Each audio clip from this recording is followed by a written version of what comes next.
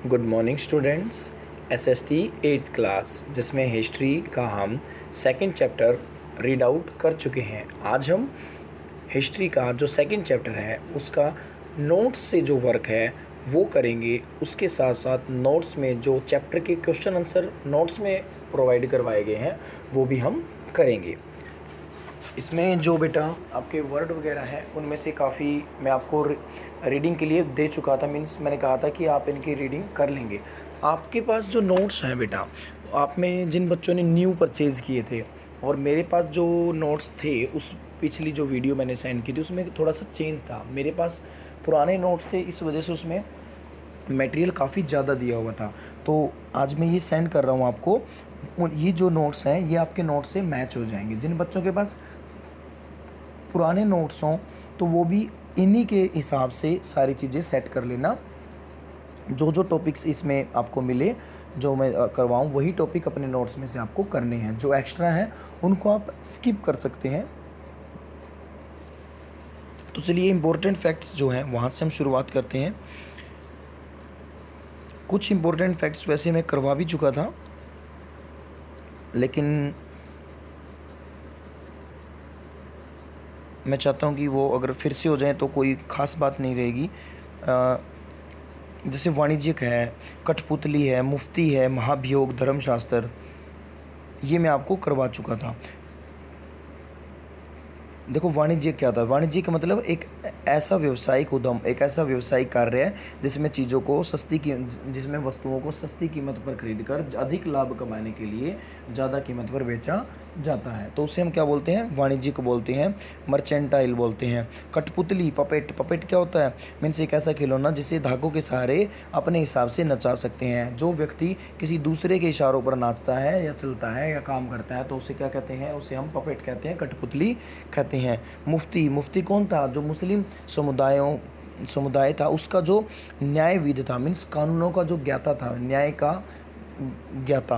तो वो क्या करता था? काजी के सामने कानूनों की व्याख्या करता था। कहाँ होते थे ये? दीवानी में या फौजदार में? सोच के देखो कहाँ होते थे। ठीक है, दीवानी अदालत में या फौजदार में। और जिसमें होते थे उसके दूसरे वाली में फिर कौन होता था, ये भी आप खुद सोच के देखो बेटा। अगला जो इसमें हमारा इम्पोर्टेंट फैक्ट रहेगा वो है महाभियोग। महाभियोग मैंने बताया था कि जब इंग्लैंड के किसी व्यक्ति पर भ्रष्टाचार या दुराचरण का आरोप लगाया जाता था तो हाउस ऑफ लॉर्ड्स, जो संसद का ऊपरी सदन था, उसमें उस व्यक्ति के खिलाफ मुकदमा चलाया जाता था। उसे ही महाभियोग कहा जाता है। धर्मशास्त्र संस्कृत की ऐसी रचनाएं, ये कृतियाँ है ना, अगर किसी को कृतियाँ याद ना रहे तो रचनाएं लिख सकते हो। ऐसी रचनाएं जिनमें सामाजिक तौर तरीके और आचरणों के सिद्धांत की व्याख्या की जाती है। ये धर्मशास्त्र ईसा पूर्व 500 वर्ष से भी पहले लिखे गए थे। मस्केट जैसे मैंने बताया था, मस्केट क्या होता है? पैदल सिपाहियों द्वारा इस्तेमाल की जाने वाली एक भारी बंदूक। एक ऐसी बंदूक जो भारी होती थी और जो पैदल यात्री होते थे वो यूज़ करते थे। और एक खास बात क्या थी? मैंने क्या बताया था? तोड़ेदार, मतलब तोड़ेदार बंदूक थी जिसको बीच में से एक तरह से हम क्या कह सकते हैं, टूट जाती थी बीच में से।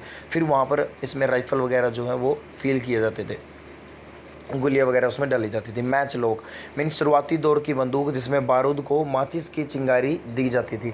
मीन्स एक चिंगारी वगैरह उसमें लगाई जाती थी। जैसे हम गैस जलाने के लिए लाइटर यूज़ करते हैं ना, लाइटर आपने अगर देखा हो कभी, जब हम उसको लाइटर को, जो गैस लाइटर होता है हमारा घर पे गैस जलाने के लिए, गैस चूल्हा जलाने के लिए, तो उसमें हम यूज़ करते हैं ना, उसमें एक चिंगारी सी उठती है। वो चिंगारी ही क्या काम करती है? गैस को जलाने का काम करती है। देखो कितनी हल्की सी चिंगारी होती है। ऐसा ही इनके अंदर होता था। उसके बाद है दीवानी राजस्व वसूल करने वाले विभाग को दीवानी कहते थे। मैंने बताया था ना, जो आपराधिक मामले होते थे, जैसे किसी के उससे मीन्स किसी कोई चोरी वगैरह का है या किसी ने कोई खून कर दिया, कोई इस तरह का, तो वो तो आते थे फौजदारी में। और जो ज़मीन से जुड़ा हुआ था, टैक्स वगैरह से जुड़ा हुआ था, वो किससे आता था? वो दीवानी के अंदर आता था। और दीवानी में जो फैसला करते थे वो कौन होते थे? कलेक्टर होते थे मुख्य रूप से। अगर आपको रीडिंग करते हुए याद आ गया, रीडिंग करते हुए ध्यान रहा हो तो। आप इन चीज़ों को अच्छे से बता सकते हैं। विलय नीति मीन्स लैप्स नीति जिसको बोलते हैं, डॉक्ट्राइन ऑफ लैप्स। इस नीति के अनुसार ब्रिटिश सरकार ने उन भारतीय शासकों के प्रदेश को हड़प लिया जिनकी मृत्यु के बाद उनका कोई उत्तराधिकारी नहीं था। वास्तविक उत्तराधिकारी का मतलब असली, मतलब उनका सगा बेटा नहीं था, ठीक है, सगा होना चाहिए उनका उत्तराधिकारी, ये नहीं कि किसी को गोद वगैरह ले लिया। तो यह नीति जो थी लॉर्ड डलहौजी ने अपनाई थी। रेगुलेटिंग एक्ट क्या था? यह एक्ट 1773 में पास हुआ। इसके अनुसार अंग्रेजी कंपनियों की गतिविधियों पर ब्रिटिश सरकार का नियंत्रण स्थापित हो गया। देखो रेगुलेटिंग एक्ट क्या था बेटा, 1773 में पास हुआ था। अब इसने क्या कर दिया, पहले तो कंपनी अपने हिसाब से काम करती थी अपने इंडिया में, लेकिन अब कंपनी के ऊपर जो ब्रिटिश सरकार थी, ब्रिटेन की जो मतलब ब्रिटेन की जो गवर्नमेंट थी, महारानी थी, वो अपना नियंत्रण रखती थी, ठीक है, कंट्रोल रखती थी। तो ये इसके अंदर रहेगा। सहायक संधि means subsidiary alliance. Subsidiary alliance क्या था? इस संधि की व्यवस्था रिचर्ड वेल्जी ने, हमने पढ़ा था ना, वेल्जी ने चलाई थी। और इसका क्या मतलब था? जिसके अनुसार संधि को मानने वाले राज्य की सुरक्षा की जिम्मेदारी कंपनी की सहायक सेना की होती थी। मतलब जो राज्य इस संधि को स्वीकार कर लेता था, तो उसकी जो सुरक्षा थी राजा की और उसके राज्य की और उसकी जो प्रजा की, वो कौन करती थी? वो कंपनी की सेना करती थी। मतलब अब कंपनी को क्या मिल जाता था? पैसा मिल जाता था राजा से। इस बदले में राज्य कंपनी को सेना के रखरखाव के लिए पैसा देता था, और जो पैसा नहीं दे पाता था उसे क्या कर लेते थे? उस राज्य को हड़प लेते थे अपने अंदर। पेशवा, मराठा सरकार में एक अधिकारी को दिया गया पद जो प्रधानमंत्री के बराबर होता था। जैसे आज प्रधानमंत्री का पद बहुत बड़ा है ना, ऐसे ही पेशवा का पद जो था वो बड़ा होता था, जो मराठा समुदाय के अंदर दिया जाता था, मराठा सरकार के अंदर। जजिया, देखो ये एक टैक्स था। ये क्या है? एक टैक्स। जजिया कर क्या था? एक प्रकार का टैक्स या कर जो धर्मांध शासकों द्वारा गैर मुसलमानों पर थोपा गया था। मतलब देखो, ये वो टैक्स था जो गैर मुसलमानों पर, मीन्स अगर मैं मुस्लिम हूँ तो मुझे ये टैक्स देने की कोई ज़रूरत नहीं है, लेकिन अगर मैं मुस्लिम नहीं हूँ तो मुझे ये टैक्स देना पड़ेगा। तो ये होता था जजिया कर। सहायक व्यवस्था क्या थी? सहायक व्यवस्था, यह व्यवस्था मीन्स वही आ गई, ये फिर से रिपीट हो गया एक तरह से देखा जाए तो, लेकिन इसमें थोड़ा सा चेंज है। सहायक संधि से ये थोड़ा अलग है।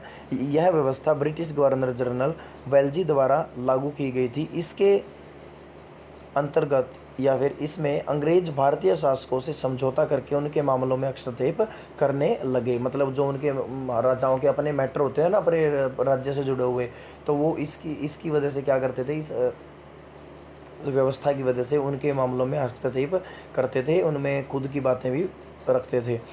नेक्स्ट है भारत में अंग्रेजी शासन व्यवस्था। अंग्रेजों ने भारत में साम्राज्य स्थापना के साथ साथ शासन प्रबंध का कार्यभार भी संभाला। ये मैं पहले भी एक्सप्लेन कर चुका हूँ बेटा। देश में गवर्नर जनरल की नियुक्ति हुई, सुप्रीम कोर्ट की स्थापना की गई, सिविल सेवाएं आरंभ हुई और भूमि के नए प्रबंध की आधारशिला रखी। मतलब ज़मीन को अलग तरीके से मापना और उसकी व्यवस्था रखना, ठीक है। कानून व्यवस्था अलग नई आ गई, यहाँ पर सुप्रीम कोर्ट की स्थापना कर दी गई। तो बहुत सारी जो चेंजेस थे वो इस भारत में अंग्रेजी शासन व्यवस्था के अंदर किए गए।